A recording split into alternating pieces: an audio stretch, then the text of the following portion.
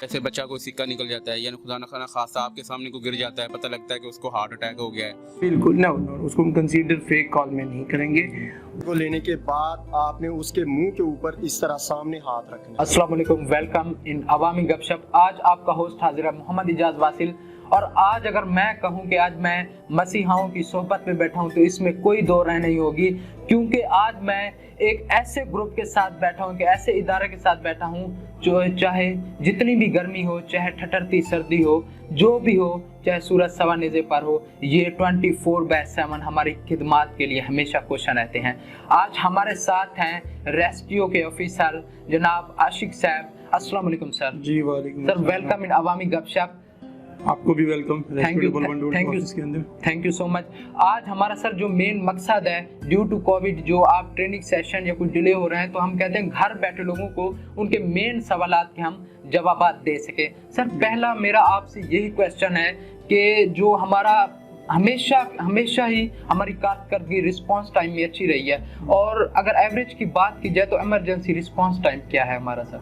जी, सबसे पहले तो रेस्क्यू 11122 ऑफिस में again welcome. Thank you so much. और एक इंटरेक्टिव इंशाल्लाह सेशंस होगा और बहुत सारी चीज़ें आपको भी समझने में और लोगों को भी समझने में बड़ी हेल्पफुल होंगी, क्योंकि रेस्क्यू 1122 बेसिकली तो मैं रिस्पॉन्स टाइम जाने से पहले थोड़ा सा इसका पर्पज़ और इसकी सर्विस डिलीवरी के बारे में बताता जाऊँगा कि जो हम लोगों को ये सर्विस फराहम कर रहे हैं उसमें एम्बुलेंस सर्विसेज हैं रेस्क्यू 1122 की, जो कि फ्री ऑफ कास्ट, मतलब हर चीज़ फर्स्ट एड के मेडिसिन हो, उसको ट्रांसपोर्टेशन हो, फ्री ऑफ कास्ट दे रही हैं। सेकेंडली इसी तरह हमारी पीटीएस सर्विस है, पेशेंट ट्रांसफ़र सर्विस है, जो कि पेशेंट किसी हॉस्पिटल से रेफर्ड होता है जैसे टीएचक्यू से या आरएचसी से, हम उसको शेख ज़ैद मतलब रेफर्ड होता है तो हम उसको वहाँ पे छोड़ के आते हैं। सेकेंडली अगर दूसरा देखें तो हमारे पास फायर सर्विस है, जो कि बड़े बड़े मेजर फायर इमरजेंसीज़ के अंदर हम उसको इस्तेमाल करते हैं।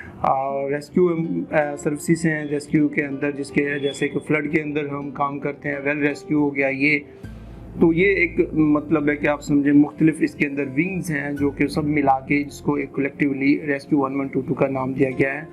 तो इनका जो हमारा आपने जैसे रिस्पांस टाइम की बात की, तो हमारा जो response time average response time है वो तकरीबन 6.5 मिनट है एवरेज रिस्पांस टाइम। अगर पूरे जो हमारा स्टैंडर्डाइज्ड रिस्पांस टाइम है वो 7 मिनट है रेस्क्यू ने, जो कि 2004 से लेकर अब तक रेस्क्यू 1122 ने उसको मेंटेन रखा हुआ है।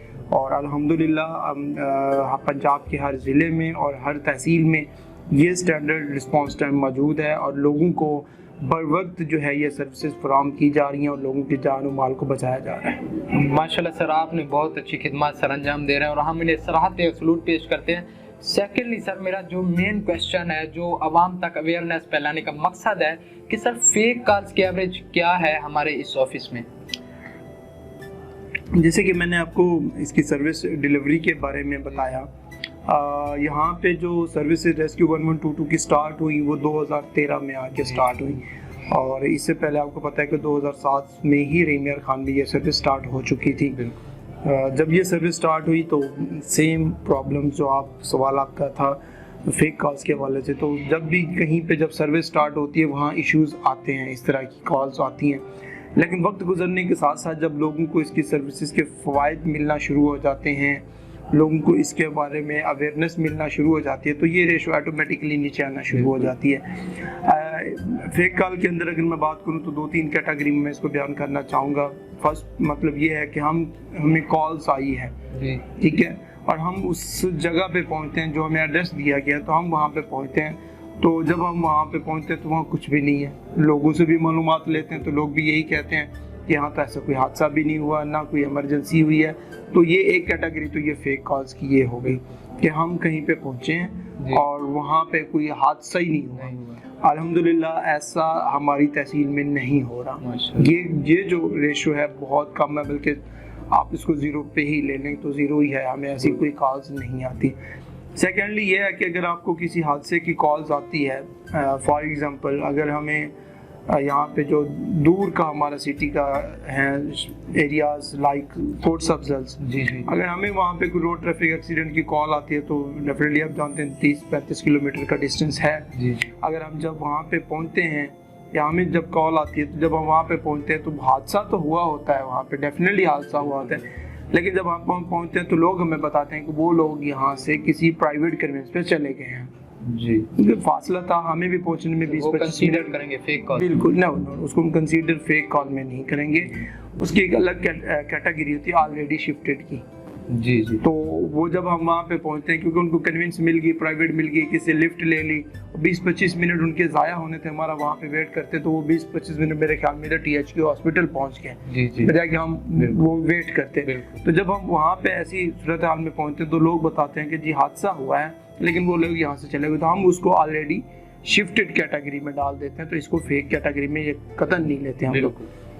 तीसरी एक कॉल्स प्रोसीजर्स हैं, जैसे कि मैं आपको इसमें आपके इसी क्वेश्चन में उसको ब्रीफ कर देता हूँ कि जो रेस्क्यू 1122 की इस तहसील्स के अंदर कॉल्स आती हैं, वो कॉल्स डायरेक्टली रहीम यार खान जाती है जी।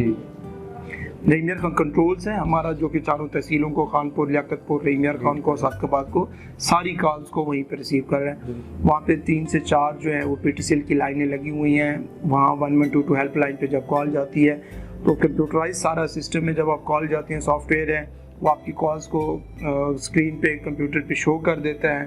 तो जो हमारा वायरलेस ऑपरेटर बैठा होता है वो कॉल आपकी रिसीव करता है, आपका नेम पूछेगा, आपकी तहसील पूछेगा, सेम टाइम में वो कॉल हमें हमारे मुतलका तहसील को रेफर कर देगा कि आपकी इमरजेंसी है फलां एरिया के अंदर, ये कॉलर है, ये उसका नंबर है, आप उससे भी फर्दर कांटेक्ट कर लें।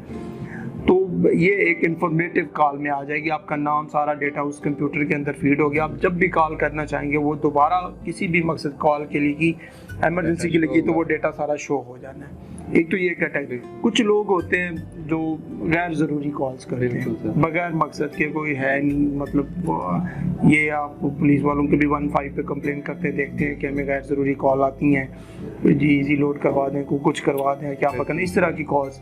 तो इस कैटेगरी को हम डिस्टर्बेंस कैटेगरी में लेते हैं, डिस्टर्ब्स कॉल्स की शक्ल में। वो हमारा सॉफ्टवेयर होता है, उसके अंदर सारी कैटेगरीज होती हैं कि जो कॉल करने वाला है वो रोड ट्रैफिक एक्सीडेंट की कॉल्स कर रहा है, फायर की कॉल रहा है, आपको बिल्डिंग कोलैप्स की कर रहा है, किस किस्म की है, वो तो जो अब इंफॉर्मेशन कॉल होगी हम उसको क्लिक कर देते हैं। लेकिन अगर डिस्टर्बिंग की होगी तो हम डेफिनेटली उसको डिस्टर्बिंग कैटेगरी में डालेंगे। तो उसकी फिर हिस्ट्री जमा होना शुरू हो जाती है, 10, 20, 25 कॉल जब उसकी लगातार आती हैं डिस्टर्बिंग कैटेगरी के अंदर, तो अगली बारी या तो फिर सॉफ्टवेयर हमारा कंप्यूटर वाला उसको रिजेक्ट कर देगा जी। नहीं, अगर उसने सॉफ्टवेयर ने रिजेक्ट किया तो फिर जो वायरलेस ऑपरेटर वहाँ पे बैठा हुआ है वो रिसीवर उठा के फिर रख देगा, चाहे सर उनका सीरियस इंसिडेंट हो। अब वो तो उस पर डिपेंड करता है कि उसको पहले सोचना चाहिए था कि ये सर्विस में, जैसे आपने मिसाल दिया कि सीरियस भी होगा तो हम नहीं जा पाएंगे क्योंकि हमने उसकी कॉल सुन ही नहीं पा रहे। सर मेरे ख्याल से जाती नजरिए ये उनकी मिसाल उस गडरिए जैसी है। हाँ जी, जो पहले तो बिल्कुल शेर आया, लेकिन दर हकीकत जब शेर आता है तो कोई उसकी मदद के लिए नहीं आता। तो सर नेक्स्ट इम्पोर्टेंट क्वेश्चन है मेरा कि जब कोई अगर जिस्म का हिस्सा अगर कोई जल जाए तो उसके लिए हमें क्या सेफ्टी करनी चाहिए, सेफ्टी के क्या पहलू हैं उनके? जो बर्न है, जो जिसमें जलता है, तो उसकी 3 कैटेगरी हैं बर्न की। फर्स्ट डिग्री बर्न होता है, second degree and third degree burn. तो इनमें थोड़े से हमें जो है डिफरेंशिएट करना पड़ेगा कि वो क्या क्या है, किसमें ज़्यादा सिवेरिटी है, किसमें कम है, किसमें हॉस्पिटल जाने की ज़रूरत है, किसमें उसको ज़्यादा इलाज करवाने की ज़रूरत है, किसी में उसको फर्स्ट एड देने की ज़रूरत है। सबसे बेहतरीन जो घर के अंदर अवेलेबिलिटी है वो यही है कि जैसे ही आपको बर्न होता है आप उसके ऊपर ठंडा पानी डालें जी। जितना आप उसको ठंडे पानी डाल सकते हैं उसकी तकलीफ से आपकी तकलीफ कुछ कम होगी। अब एक फर्स्ट डिग्री बर्न के अंदर तो वो सुपरफिशियल बर्न होता है, सिर्फ आपकी जिल्द जो है उसको थोड़ा सा रेगुलर टाइप आती है या रेडिश हो जाती है, रेड हो जाती है। तो जब वो रेड होती है तो हल्की फुल्की उस वक्त पेन होती है, और ये जिल्द के अंदर अल्लाह ताला ने सलाहियत भी रखी है तो वो दोबारा जनरेट होके वो उसके ऊपर दोबारा 1-2 दिन के बाद खुद ब खुद आ जाती है। जब हल्का फुल्का जख्म लगता है हमारे जिस्म के ऊपर, ये आपने देखा होगा कि वो ऊपर दोबारा जिल्द आ जाती है। तो उसके लिए अगर घर के अंदर जैसे पेस्ट वगैरह लोग लगा देते हैं, ऑयल्स वगैरह ऊपर लगा देते हैं, पानी वगैरह भी डालते हैं तो वो ठीक हो जाता है जख्म। उसमें हम नहीं कह सकते कि हमें डॉक्टर के पास जाने की ऐसी कोई ज़रूरत है। अगर हाँ ज़्यादा वो स्किन आपकी जल गई है, एक पानी डालने से भी नहीं आ रहा, तो फिर डॉक्टर से कंसल्ट करने की ज़रूरत है। और हल्की सी रेडिश है तो ये चीज़ें लगाने से आप जो ढक देते हैं जख्म को, ये बिल्कुल गलत नहीं है मेरे ढाँप देना जो आप कह रहे हैं, उसको जो ढाँप देते हैं वो जख्म की नोयत, जैसे मैं क्या उसको तो जो रेडिश होगी उसको ढाँपने की ऐसा ज़रूरत नहीं है, उसको पानी डालने जितना कर सकते हैं। वो जो क्रीम या इस तरह की हैं ये लो, इसकी भी बर्न की जो है मिलती हैं क्रीमें, अगर वो भी घर के ऊपर है, घर के अंदर मौजूद तो वो क्रीम लगा सकते हैं, उस तरह की जेल टाइप जो होती है वो लगा सकते हैं। पेस्ट वगैरह का यूज़ सर आपने क्या बताया? और पेस्ट में लोग, हमने तो किसी को रिकमेंड नहीं करते कि ऐसी चीज़ें लगाएं, लेकिन जैसे कि अब सुनी सुनाई बातें कि उससे ठीक हो जाता है, लेकिन अगर जब इसकी मेडिसिन मौजूद है तो कोशिश करें कि वो जेल जो मिल जाती है बर्न के लिए वो आप मार्केट से लें और वो आप लगा सकते हैं।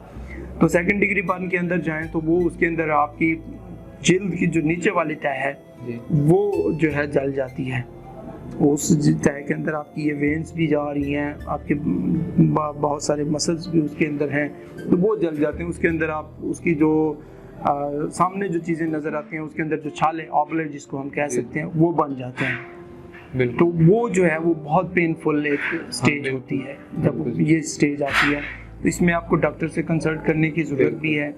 लोग उसको पिंच करके उसको ख़त्म करने की कोशिश करते हैं, उसके अंदर जरासीम चले जाते हैं, फिर वो बहुत गहरे ज़ख्म बन जाते हैं। तो ऐसा नहीं करना चाहिए, आपको ऐसी सूरत हाल के अंदर फ़ौरन डॉक्टर से कंसल्ट करना चाहिए। बाहैसियत सेफ्टी का तालिब इल्म जब मैंने मज़ीद रिसर्च की तो मुझे पता चला कि जब अगर कोई जख्म या ऐसी कोई चीज़ जल गई है तो हम जब उसे ढांपते हैं तो वैसे जैसे हम गोश्त वगैरह को ढांपते हैं तो मजीद गल जाता है, तो इससे हमें अवॉइड करना चाहिए। ये डेफिनेटली आपका, जैसे मैं आप कह रहे हैं कि जब वो सेकंड डिग्री बन की, जैसे मैंने बात की, जब उसकी हीट आपकी जिस्म के अंदर चली गई है और वो जिल्द की ऊपर वाली तह से नीचे वाली में चली गई है, तो जब हीट अंदर चली गई, आप उसको निकलने का बाहर रास्ता ही नहीं दे रहे, तो फिर तो वो उसने आपका जो आपने उसको ढांप दिया, उसको कवर कर दिया, बैंडेज बांध दी, जब वो नीचे रह गई हीट तो फिर तो थोड़ा सा जो एरिया उसने खराब करना था फिर वो क्या करेगी, मजीद खराब करेगी। तो उसको वे देना चाहिए निकलने का, ऐसे ढांपना नहीं चाहिए, फौरन डॉक्टर से ऐसी सूरत में कंसल्ट करना चाहिए। लास्ट इम्पोर्टेंट क्वेश्चन है कि जैसे असरे हाजिर में हम देख रहे हैं डॉग्स वगैरह काट लेते हैं, कुत्ते या फिर सांप या फिर बिच्छू, ये 3 अलग अलग कैटेगरीज हैं। अगर काट लें तो इब्तदाई तिब्बी इमदाद के थ्रू पहले हमें क्या करना चाहिए? पिछले क्वेश्चन में एक लास्ट हमारी कैटेगरी रह गई थी थर्ड डिग्री बर्न, तो उसके अंदर वो आपका जिस्म जो है वो कम्प्लीटली बर्न हो जाता है। जी। तो उसके लिए भी आपको फ़ौरन जो है वो डॉक्टर के पास जाने की और ट्रीटमेंट करवाने की ज़रूरत है। आप उसकी घर पे जब वो कम्प्लीटली तौर पे जिस्म जलता है तो डेफिनेटली उस शख्स ने या फीमेल्स या जो भी, तो वो जो उसके जिस्म पे कपड़े पहने होते हैं वो भी बर्न हो जाते हैं, चिपक जाते हैं जिस्म के साथ। अगर कोई ऐसा जिस्म जो कम्प्लीटली तौर पे जल जाता है और कोई चीज़ उसके जिस्म के साथ चिपक गई है तो फिर आप उसको उठाने की, उसको वहाँ से और निकालने की कोशिश नहीं करें। जो चीज़ उसके जिस्म के साथ चिपक गई है वो आप उसको वहीं पे रहने दें, आप उसको फ़ौरन हॉस्पिटल लेके जाएं, वो मज़ीद उसकी ट्रीटमेंट जो है वो डॉक्टर जी करेगा। अगला क्वेश्चन जो आपने किया, ये जो आपने कुत्ते के बारे में, सांप और बिच्छू के बारे में किया, डेफिनेटली इनके अंदर पॉइजन्स होते हैं, ठीक है, वो जब काटते हैं तो आपकी बॉडी के अंदर इंटर हो जाता है। जो पुराने तरीकाकार थे वो लोग यही करते थे कि वो जख्म जो जहर अंदर चला उसको निकालने की कोशिश करते थे। हालांकि ऐसा नहीं होता, वो इतनी जल्दी आसानी से जहर नहीं आ सकता। हाँ, आप ये कर सकते हैं कि उस जहर को आगे जिस्म के मजीद हिस्सों तक जाने से रोक सकते हैं। वो टॉर्निकेट होती है, अगर ये आपका ये हैंड है और आपको इस जगह पे काटा है तो आपकी ब्लड की सप्लाई इस हिस्से को जा रही है, आपको यूं आ रही है ब्लड की सप्लाई, ठीक है, तो आप इधर थोड़ा सा कुछ चीज़ पट्टी जो है बांध दें, इतनी भी जोर से उसकी गिरा ना लगाएं कि ब्लड सप्लाई आपकी मुतासर हो जाए, आपके हाथ तक ब्लड ही ना पहुंचे। बिल्कुल। तो वो आप वक्फे से चेक करते रहें, उस पर्सन से पूछते रहें कि आपको तकलीफ तो नहीं हो रही, ठीक है, उसकी फिंगर, उसकी जो पार्ट्स है, उसकी मूवमेंट भी आप चेक करते रहें। पहला तो ये तरीका कार है कि अगली जो ब्लड सप्लाई है उसको किस तरीके से आप टॉर्निकेट के जरिए से रोकने की कोशिश करें। दूसरा ये है कि उस जख्म को आप वॉश करें, ठीक है। ये जो इन जहरों का जो असर है ये फौरन नहीं होता, ये टाइम लेता है, ठीक है। कोई 24 आवर भी किसी के अंदर 12 घंटे के अंदर सिम्टम्स आ जाते हैं, किसी में 24 घंटे में सिम्टम्स आते हैं, इसमें 2-3 दिन बाद ही जाके उसके अंदर सिम्टम्स आते हैं। तो अब बंदा कहे कि अभी मुझे सांप ने काटा, मैं अभी कोई बेहोश हो जाऊंगा, अभी मुझे जहर मेरे पूरे जिस्म, तो वो टाइम लेता है, ठीक है। तो आपके पास टाइम काफ़ी होता है। जब आपको ऐसी चीज़ें काटती हैं तो ज़रूरी है कि फिर आप हॉस्पिटल जाएं, इसकी वैक्सीन है, आप वैक्सीनेशन कराएं। आप सिर्फ इस थ्योरी पे ना रहें कि काटा है तो कुछ नहीं, मेरा जहर इतना नहीं था, ये जहरीला नहीं था, ये आगे नहीं फैलेगा। वो आपको चीज़ें 3 दिन के बाद, 2 दिन के बाद आपको या 12 घंटे के बाद शो होंगी कि आया कि इसके जहर के अंदर असर था या नहीं था। अभी जब आपको उसने काटा तो आपके पास टाइम है, आप अपनी ट्रीटमेंट करवा सकते हैं। तो आप उसे जैसे मैंने पहले कहा कि कुछ चीज़ बांध दें और उस जख्म को वॉश करें, और फ़ौरन अगर ज़्यादा गहरा थोड़ा जख्म हो गया, जैसे कुत्ते का काटने से हो जाता है, तो आप उसको पायोडीन वगैरह लगा के वॉश करके साफ़ करके आप उसको फ़ौरन हॉस्पिटल ले जाएं। ये अगली ट्रीटमेंट जो वैक्सीन है वो आपको हॉस्पिटल से करवानी है। बिल्कुल सर, और ये भी नहीं तस्वर रखना चाहिए कि कुत्ता पागल था या जैसा भी था, कुत्ता होता है, काट रहा है तो उसकी मेडिकल लाजमी है, मैंडेटरी है। देखिए ये तो हमारे इल्म में है ना कि इनके जिस्म के अंदर या इनके अंदर पॉइजन होता है।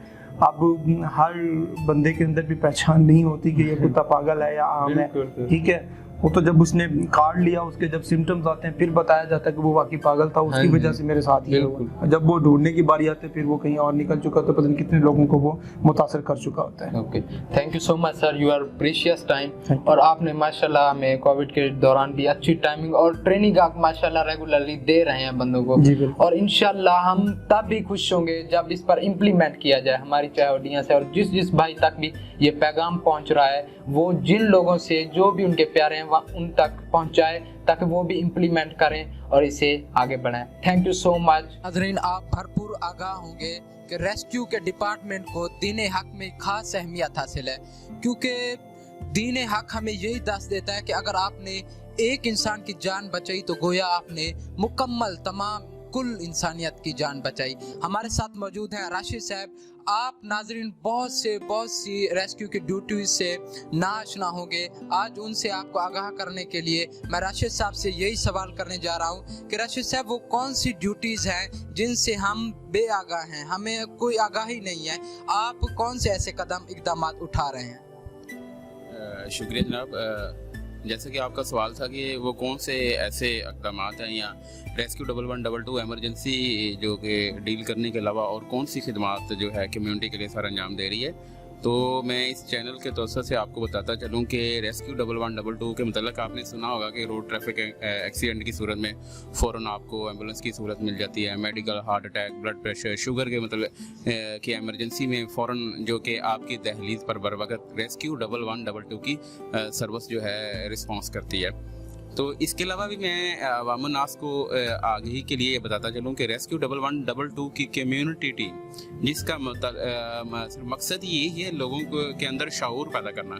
वो शऊर कौन सा है कि एक तरफ तो रोड ट्रैफिक की वजह से हादसा हो गया जिसमें आप लोगों ने हेलमेट नहीं पहना, आपने ट्रैफिक रूल्स को फॉलो नहीं किया। दूसरा ये है कि खुदा न खासा घर में कोई इमरजेंसी आ जाती है, जैसे बच्चा कोई सिक्का निकल जाता है या खुदा न खासा आपके सामने को गिर जाता है, पता लगता है कि उसको हार्ट अटैक हो गया है, देन वो अनकॉन्शियस हो गया है, उसकी जो नब्ज़ भी बंद हो गई है, उसकी दिल की धड़कन भी बंद हो गई है। तो हमारी इस टीम का मकसद रेस्क्यू 1122 की कम्युनिटी टीम का यही मकसद है कि हमने लोगों के अंदर ये आगाही पैदा करनी है कि रेस्क्यू 1122 के पहुंचने से पहले या जब आप अपने पेशेंट को हॉस्पिटल उठा के लेके जाते हैं और रास्ते में जो आप टाइम का ज़िया करते हैं, उससे पहले हमने उस इंसानी ज़िंदगी को किस तरह महफूज बनाना है। तो इसमें हमारी कम्युनिटी टीम जो है मुख्तलिफ देहात, चकूक, कॉलेज, यूनिवर्सिटी, मुख्तलिफ अदारों में जा कर के लोगों को आगाही दे रही है और फर्स्ट एड की तरबियत फराहम कर रही है। तो अवाम-उन-नास से हमारी आपके चैनल के तौर से यही अपील है कि आप रेस्क्यू 1122 के ऑफिस में तशरीफ़ लाएं और यहाँ से हमसे टाइम लें। हमारी जो मोबाइल एजुकेशन वैन है, मोबाइल एजुकेशन यूनिट है, वो जिस तरह हम एमरजेंसी सर्विस आपकी दहलीज पर बर वक्त आपको फराहम करते हैं, इस तरह हम ये जो एजुकेशन प्रोग्राम है जो ज़िंदगी को बचाने में बतौर मावन किरदार अदा करता है, यही प्रोग्राम पूरी टीम आपको आपकी दहलीज पर जाकर फर्स्ट एड की तरबियत फराहम करेगी, जिसमें हार्ट अटैक की सूरत में CPR करना, खुदा ना खासा को बच्चा घर में कोई चीज़ निकल लेता है, खाने का नवाला फंस जाता है, कोई सिक्का गले में अटक जाता है, तो उस दौरान हमने उस बच्चे को किस तरह फर्स्ट एड फराहम करनी है। कट लग गया है तो उसमें हमने कौन सी फर्स्ट एड फराहम करनी है। खुदा ना खासा खून बह चुका है या बह रहा है तो हमने उस खून को किस तरह, बहते हुए खून को किस तरह रोकना है। उसके अलावा खुदा ना खासा कुत्ता काट लेता है, उसकी फर्स्ट एड क्या है। सांप काट लेता है, उसकी फर्स्ट एड क्या है। जल जाने की सूरत में उसकी फर्स्ट एड क्या है। अगर इब्तदाई सतह पर आग लग चुकी है, बजाय कि ख़वातीन हमारी माएँ बहनें घर में शोर और वाबिला करें, तो फ़ौरन बर वक्त कौन से ऐसे इक़दामात हैं जिनको हम अपनाते हुए उस आग को इब्तदाई सतह पर ही हम काबू उस पर कर सकते हैं ताकि वो बड़ी आग की सूरत में ना फैल जाए। Thank you so much Rashid साहब। ऐसे बहुत से वाक़यात हमें देखने को मिले हैं जहाँ पर हमारी थोड़ी सी लागरई या हम कह सकते हैं कि लागर्जी की वजह से बहुत ही भयानक नतीजे का सामना करना पड़ा है। इंशाल्लाह अब हम CPR ट्रेनिंग की जानिब जा रहे हैं और CPR से नाजरीन आपको मैं आगाह करते चलूँ। बेसिकली CPR है क्या, उसका बेसिक इंट्रो ये है कि कार्डियो पुल्मोनरी रिससिटेशन, आपके दिल और फेफड़ों के जो रिससिटेशन है बहाल करने के लिए CPR किया जाता है। बेसिकली आप देखते होंगे कि किसी को इलेक्ट्रिक शॉक लग गया या फिर ऐसी कंडीशन से वो गुजरा है कि बिल्कुल बेहोश हो जाता है, और इलेक्ट्रिक शॉक एक मेन वजह है जिसके बाद हम इंतहाई ही जाहिलाना कदम उठाते हैं, उन्हें रेत में धंसा देते हैं या कुछ ऐसा कदम उठाते हैं जिससे उस बंदे की जो जिंदगी थी, बचनी थी, वो बिल्कुल ही खत्म हो जाती है। वो हमारे पास सिर्फ 7 मिनट का टाइम होता है, उसे मैनेज करने के लिए हमें CPR करना पड़ता है। बेसिकली CPR होता क्या, प्रैक्टिकली आपकी ट्रेनिंग घर बैठे विदाउट एनी इन्वेस्टमेंट अभी हम करवाने जा रहे हैं। Thank you so much. बढ़ते हैं CPR की जान। नाजरीन, आपने ज़ाती ज़िंदगी में मेरे ख्याल से ये नोट किया होगा कि कोई भी विक्टिम आप देख रहे हैं कि चाहे वो डूब चुका हो या इलेक्ट्रिक शॉक या हार्ट अटैक की वजह से उसकी दिल की धड़कन या सांस बंद हो चुका है, तो उस हवाले से हमें क्या करना चाहिए, वो CPR मेथड क्या होता है, हम जानेंगे सीनियर मेडिकल टेक्नीशियन उबैद भाई 1122 रेस्क्यू से। अस्सलाम वालेकुम सर। वालेकुम अस्सलाम। अच्छा सर, इस हवाले से आपका क्या पॉइंट ऑफ व्यू है और CPR प्रैक्टिकली क्या किया जाता है और क्यों किया जाता है, आपकी क्या राय है इस हवाले से? जी, इस हवाले से ये है कि उस पेशेंट के पास अपने सबसे पहले अप्रोच करनी है ख़तरात को देखते हुए, यानी कि अगर खुदा न खास्ता उसको इलेक्ट्रिक शॉक हुआ है या वो पानी में डूब के या उसको जो भी है सड़क पे हादसा हुआ, तो सबसे पहले उसका ये है कि आपने ख़तरे को आपने जांचना है कि वहाँ पे आप जाते हैं, पहले से एक पेशेंट वहाँ पे है, आप जाते हैं तो आप सेकंड ना बन जाएं। तो सबसे पहले आपने ख़तरे को चेक करना है, वहाँ पे ख़तरा ना मौजूद ना हो। उसके बाद आपने उस पेशेंट के पास पहुँच के उसका रिस्पॉन्स लेना है। रिस्पॉन्स लेके फिर आपने उसकी पल्स को चेक करना है। गर्दन की पल्स को इसमें चेक किया जाता है क्योंकि ये कैरोटिड पल्स लास्ट में तकरीबन बंद होती है, तो आपने कैरोटिड पल्स को 10 सेकंड के लिए चेक करना है। उसके बाद आपने, अगर वो नहीं चल रही तो आपने 1122 पे या किसी भी आपने मदद के लिए किसी भी इदारे को या डॉक्टर को आपने कॉल करनी है, 1122 पे कॉल करनी है। कॉल करने के बाद फिर आपने उसका CPR मेथड स्टार्ट कर देना है। तो उसका प्रॉपर तरीकाकार जो है वो मैं आपको बताता हूँ। तो सबसे पहले आपने डेंजर को चेक किया, उसके बाद रिस्पॉन्स किया, आप पेशेंट के पास दो जानू होकर बैठ जाएंगे। उसके बाद आप उसका रिस्पॉन्स लेंगे, जी मेरा नाम उबैद है, मैं आपकी क्या मदद कर सकता हूँ। अगर वो रिस्पॉन्स दे देता है तो ठीक है, अगर नहीं रिस्पॉन्स देता तो आपने उसकी गर्दन वाली नब्ज को 10 सेकंड के लिए चेक करना है जी। 1001, 1002, 1003, 1004, 1005, 1006, 1007, 1008, 1009, 1010। ये 1000 वर्ड जो है ये 1 सेकंड का इंटरवल है। 10 सेकंड के लिए हमने चेक किया है और हमारी नज़र जो है वो उसके पेट और छाती पर होनी चाहिए कि उसका सांस भी चल रहा है या नहीं। अगर ये दोनों चीज़ें बंद हो चुकी हैं तो हमने उसकी छाती के ऊपर एक क्रॉस लगाना है, निप्पल लाइन और स्टर्नम लाइन। जहाँ पे ये क्रॉस आपस में मिल रहा है वहाँ पे आपने ये जो है हाथ की हथेली, इसके ऊपर हाथ रखना है और पावर हैंड जिससे आप काम करते हैं, लेफ्ट है या राइट है, उसको ऊपर रख के आपने पेशेंट के बिल्कुल साथ टच हो जाना है और अपने बाजू बिल्कुल सीधे कर देने हैं और अपने शोल्डर का वजन इसके ऊपर देना है और इसकी छाती को 1.5 से 2 इंच तक 30 दफा दबाना है और काउंटिंग भी साथ करनी है। और आपकी जो नजरें हैं वो पेशेंट के मुंह की जानिब होनी चाहिए जी। हम काउंट करते हैं 1 2 3 4 5 6 7 8 9 10 11 12 13 14 15 16 17 18 19 20 1 2 3 4 5 6 7 8 9 10। तो यहाँ तक हमने 30 तक इसको जो है काउंट करना है। 30 तक काउंट करने के बाद फिर हमने उस पेशेंट का एयरवे चेक करना है, सांस का रास्ता चेक करना है कि उसका सांस का रास्ता खुला हुआ है या नहीं खुला हुआ। आपने उसके दिल को चला लिया, उसके बाद उसके सांस के रास्ते को उसके सर के ऊपर हाथ रख के उसके चिन को खींच के मुंह को खोल के चेक करना है कि सांस के रास्ते में कोई चीज़ तो नहीं है। अगर कोई चीज़ है तो आपने फर्स्ट फिंगर से उसको स्वीप कर देना है। अगर नहीं है उंगली की पहुंच में तो आपने उसको साफ नहीं करना। हमने उसका सांस का रास्ता चेक करने के बाद कोई भी रुमाल, टिश्यू या कोई चीज़ उसके मुंह के ऊपर रखनी है ताकि अगर उसको कोई मसला है, वो उसको बीमारी है तो वो आपको ना लगे। तो आपने उसके मुंह के ऊपर कपड़ा रखना है, उसके नाक को पिंच करना है, बंद करना है, क्योंकि सांस लेने के 2 रास्ते हैं, मुंह और नाक।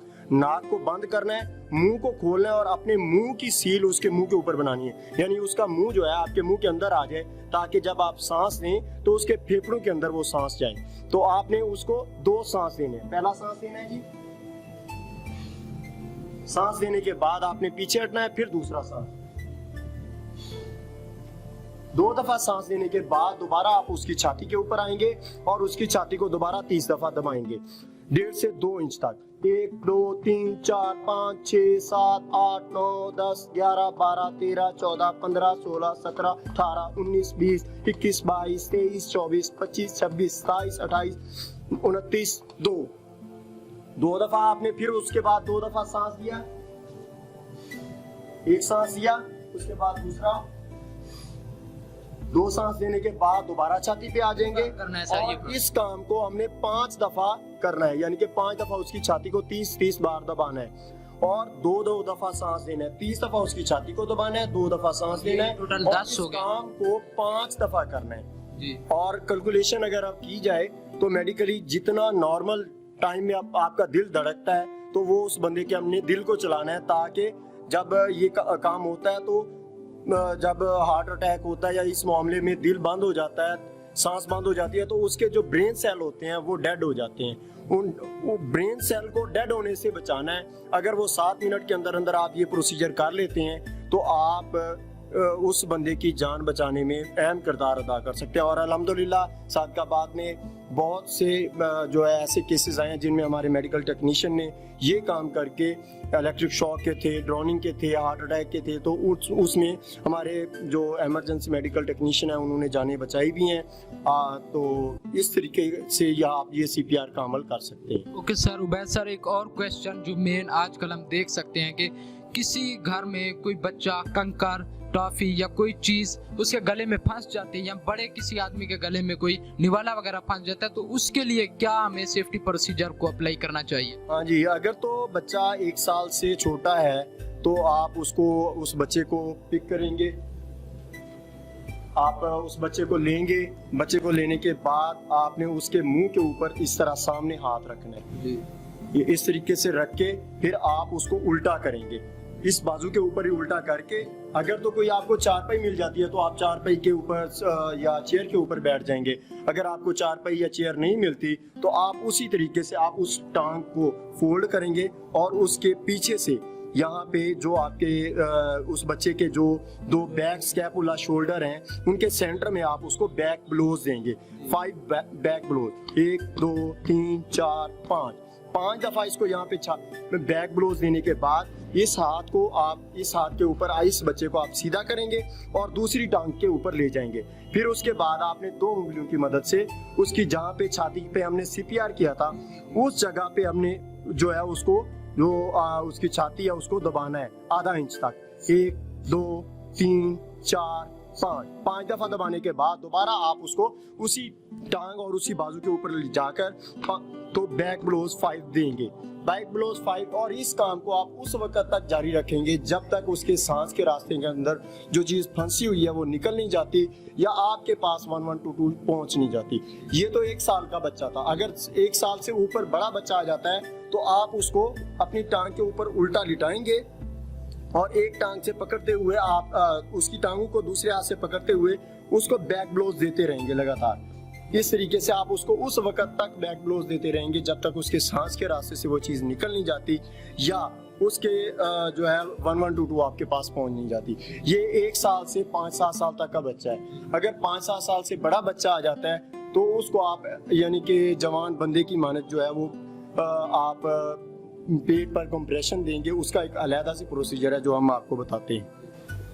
उस बंदे का जो छाती की हड्डी जहाँ पे ख़त्म हो रही है वहाँ पे और नाफ पे, यानी कि जहाँ पे छाती ख़त्म हो रही है उस जगह को ज़िफाइड प्रोसेस कहते हैं। वहाँ पे आपका अंगूठा और जो नाफ है उस जगह पे आपकी छोटी फिंगर, और उसका आपने फिर सेंटर लेना। उस सेंटर वाली जगह पे आपने मुट्ठी बनानी है। उस पेशेंट को आपने इस तरीके से मुट्ठी बना के रखना है और दूसरे हाथ से आपने उसको जो है वो यहाँ पे कंप्रेशन देने अंदर की जानब और ऊपर की जानब, इस तरीके से अंदर और ऊपर, अंदर और ऊपर। जिस तरह आइसक्रीम स्टिक से आप कप से आइसक्रीम निकालते हैं, कप से जैसे हम आइसक्रीम स्टिक से आइसक्रीम निकालते हैं अंदर और ऊपर, इसी तरीके से हम उसके पेट पर जो है वो ये कंप्रेशन देंगे। और जितनी आप में ताकत है, यानी कि उस वक्त आपने जितनी आप में ताकत है उतना कंप्रेशन देंगे। उसका मकसद क्या है कि यहाँ पे हमारी लंग्स है, लंग्स के ऊपर जब प्रेशर बनेगा तो हमारी सांस की नाली के अंदर जो चीज़ अटकी होगी, फंसी होगी, उस प्रेशर की वजह से वो बाहर निकल सकती है। जी सर, आपने माशाल्लाह अच्छी तरह एक्सप्लेन किया। अच्छा, एक क्वेश्चन सीपीआर के हवाले से मेरा ये है कि कभी आपने ऐसा केस भी रिपोर्ट किया है जिसमें कोई फोबिया की वजह से, अंधेरे की वजह से या किसी और हालत में बंदा बेहोश हुआ हो या किसी डर की वजह से? जी, बहुत से केसेस हैं। हमारे मेडिकल टेक्नीशियन जो है वो आके यहाँ पे शेयर करते हैं ऑफिस में जब वो ऑपरेशन पे होके आते हैं, तो इस तरह के पेशेंट आए हैं फोबिया की वजह से भी बंदा बेहोश हो जाए। यानी कि मकसद यहाँ पे ये है कि बेहोश होना नहीं है, बेहोश वो हर वजह से हो सकता है, लेकिन हमने सीपीआर उस अमल में करना है जिसमें दिल और सांस बंद हो जाए। आपने जब मैंने वो आपको शुरू में बताया कि आपने पल्स चेक करनी है, पल्स चेक करने का मकसद ही यही होता है कि उस बंदे का दिल और सांस चल रहा है या नहीं चल रहा। अगर दिल और सांस चल रहा है तो आप उसको जस्ट करवट के बाल लिटाएंगे, उस बंदे के मुंह के अंदर खाने वाली कोई भी चीज नहीं डालेंगे, पानी है, जूस है। अगर आपके घर में कोई बंदा बेहोश हो गया है तो आप उसके मुंह के अंदर कोई भी खाने वाली चीज नहीं डालें, आप उसको जस्ट करवट के बाल लिटा दें।